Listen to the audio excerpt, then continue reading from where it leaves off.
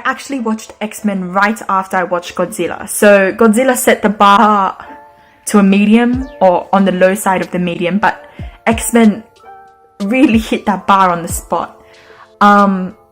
Despite this X-Men movie being the last entry into the X-Men franchise, or so I believe, it didn't feel like an X-Men movie at all. Like, the characters were very off in the movie, or otherwise they felt like just shadow cutouts of themselves. Literally, if you replaced every single character in the movie with a cardboard cutout or with a picture of my face, except Jean that is, everything would have remained the same. Nothing would have changed in the movie. For example, Raven had maybe like 10 lines throughout the whole thing, and it just felt like she wasn't really fleshed out as a character. So when she died, it felt unnecessary, and it felt like they just were trying to drive the plot in some really, really weird way. Another example of this is Charles Xavier. Charles Xavier was so selfish and egotistical in the movie to a point where it didn't really make sense. Like, we've seen him be like not really selfish, but like a little bit on the selfish side in previous movies before, but like in this movie he just took it to a next level. Like, it didn't feel like we were looking at Charles Xavier. It just felt like whatever. Magneto was a good character for like I actually liked Magneto in this movie. I think he was recast though, which put me a little bit off because I thought Magneto was bold.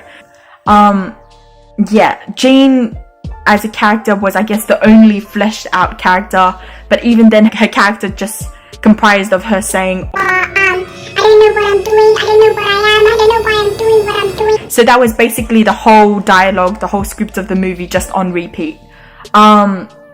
Other characters, like the whole plot of the movie just seems very convenient and coincidental. Like Magneto and what's his face, the blue gorilla, Hank, like they were both out to kill Jean just because she killed Raven, but then they just gave up for whatever reason. Like they were so into killing Jean, they were like, oh yeah, that's our driving factor for the whole movie.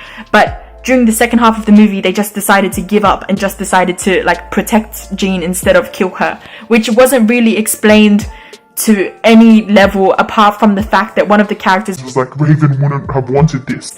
But if they really loved Raven, wouldn't they have known that Raven didn't want this like from the beginning?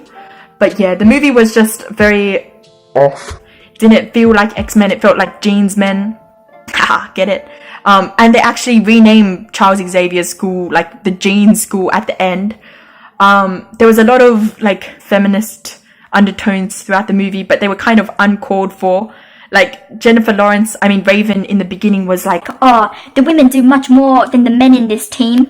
Should be called the women men, women, ex-women, or something like that. But it felt really unnecessary to the movie. And when people just chuck in like these random like female empowerment bits in movies just for the sake of it, it really just it doesn't give it a good look.